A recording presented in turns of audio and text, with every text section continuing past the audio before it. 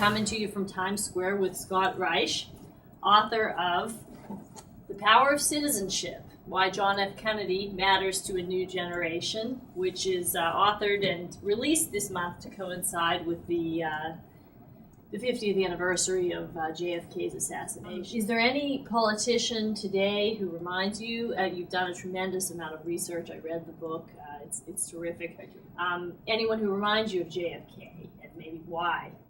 I think President Obama in 2008 certainly emulated JFK's 1960 campaign in some respects. He traveled to Berlin, and Kennedy gave his famous Ich bin ein Berliner speech there. He gave a big open-air convention address in Denver, the way Kennedy did in Los Angeles. But I think it's challenging to find somebody who has been able to carry the torch forward of Kennedy's legacy, so to speak. And part of that is due to the fact that Kennedy's presidency was cut short. And I think that it's been romanticized, and because it was cut short, we don't have a chance to look at the later years of his perhaps a second term, in which there may have been more controversy, or perhaps the star power may have faded a little bit. So I think it's challenging for anybody who serves longer than he did. But I think that highlights also the way politics has changed and the way our country culturally has moved in two very polar opposite directions in terms of politics. One thing I wanted to ask you, I love from the inaugural speech, which you cite in your book, this quote, "Let every nation know, whether it wishes us well or ill, that we will pay any price, bear any burden, meet any hardship, support any friend, oppose any foe, to ensure the survival and success of liberty." It's a powerful vision that I think has taken a real beating in recent years. Do you have any thoughts as to what President Kennedy might have thought about recent presidents' policies in Afghanistan, Iraq? Well, as I noted, a lot has changed in 50 years. I think it's important to note the context in which Kennedy stated those words. It was the peak of the Cold War, and he had just been on a brutal campaign run for the previous year against Nixon, who had been leveling criticisms that he was inexperienced, that he wasn't going to be hard-line enough on some of the Cold War stuff going on globally.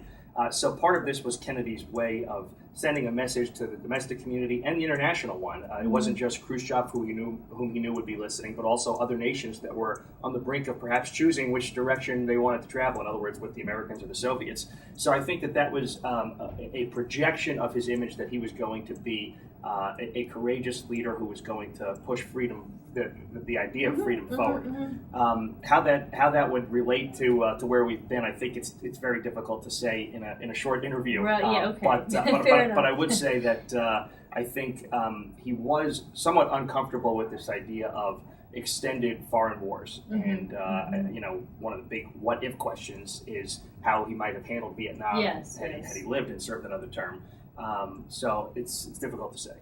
Wanted to ask you a little bit about JFK's relationship with the Jewish community, since we're here at Jewish Week, and what was that like? What was there anything in researching the book that you learned about his relationship with Jewish people in America or Israel that was surprising?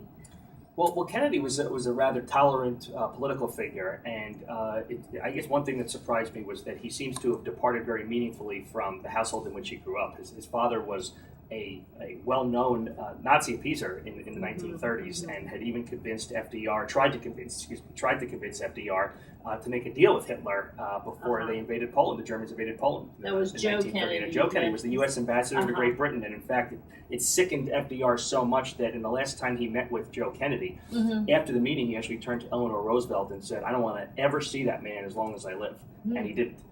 So that's an important departure, I think, on JFK's level.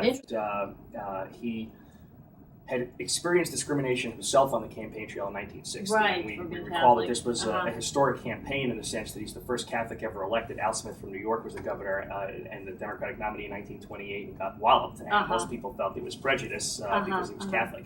So Kennedy had experienced this. He gives a famous speech in Houston in the fall of 1960 in front of some Protestant ministers to say, essentially, I'm going to adhere to the separation of church and state.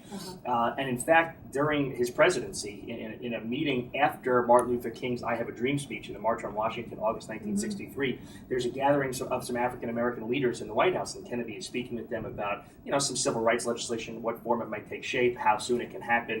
And one of the things he actually says is, he says, the Jewish community has been really great at confronting discrimination and prevailing. And it's in large measure because of the Jews' emphasis on education and upward social mobility has been permitted because of the values the Jewish people adhere to. So I think Kennedy said that. Yeah, Kennedy said that. So I think that there's certainly a positive view, a success story he views in America. Well, and if we look closely at the best and brightest he claimed, who were going to be in his inauguration, in his cabinet, he did appoint some American Jews. I mean, Arthur Goldberg was the Secretary of Labor.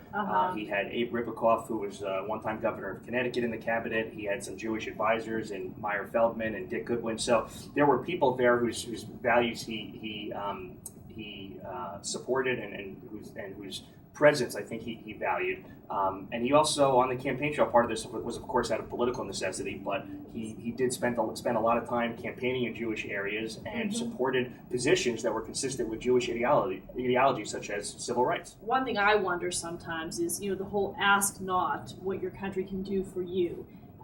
Is this alive in our country today or not? I mean, in some ways I feel like people in the U.S. like to complain a lot about the bums in Congress, and yet we put them there, we vote for them. Do you think that that this spirit of wanting to give to one's country is really alive? What would Kennedy have made of our kind of entitlement state? Well, I do think that the spirit is certainly alive. I think it's also less visible than it should be, and it's clouded by how partisan and divided our political rhetoric has become, and it's difficult often to hold up some of our success stories. But we, of course, have courageous men and women who are serving in our armed forces around the world. We have people in police and fire departments here in New York and elsewhere. We have people who are great teachers, who are members of the clergy, who are entering into any number of professions that are advancing important public interests. So I think the spirit is alive and well, and I think we need to do a better job as a community in terms of some of its media coverage and some of it's just having a better dialogue in our communities to emphasize all the great things that have been going on. Okay. Well, thank you so much, Scott. It was a pleasure. Thank you. Thanks for tuning in.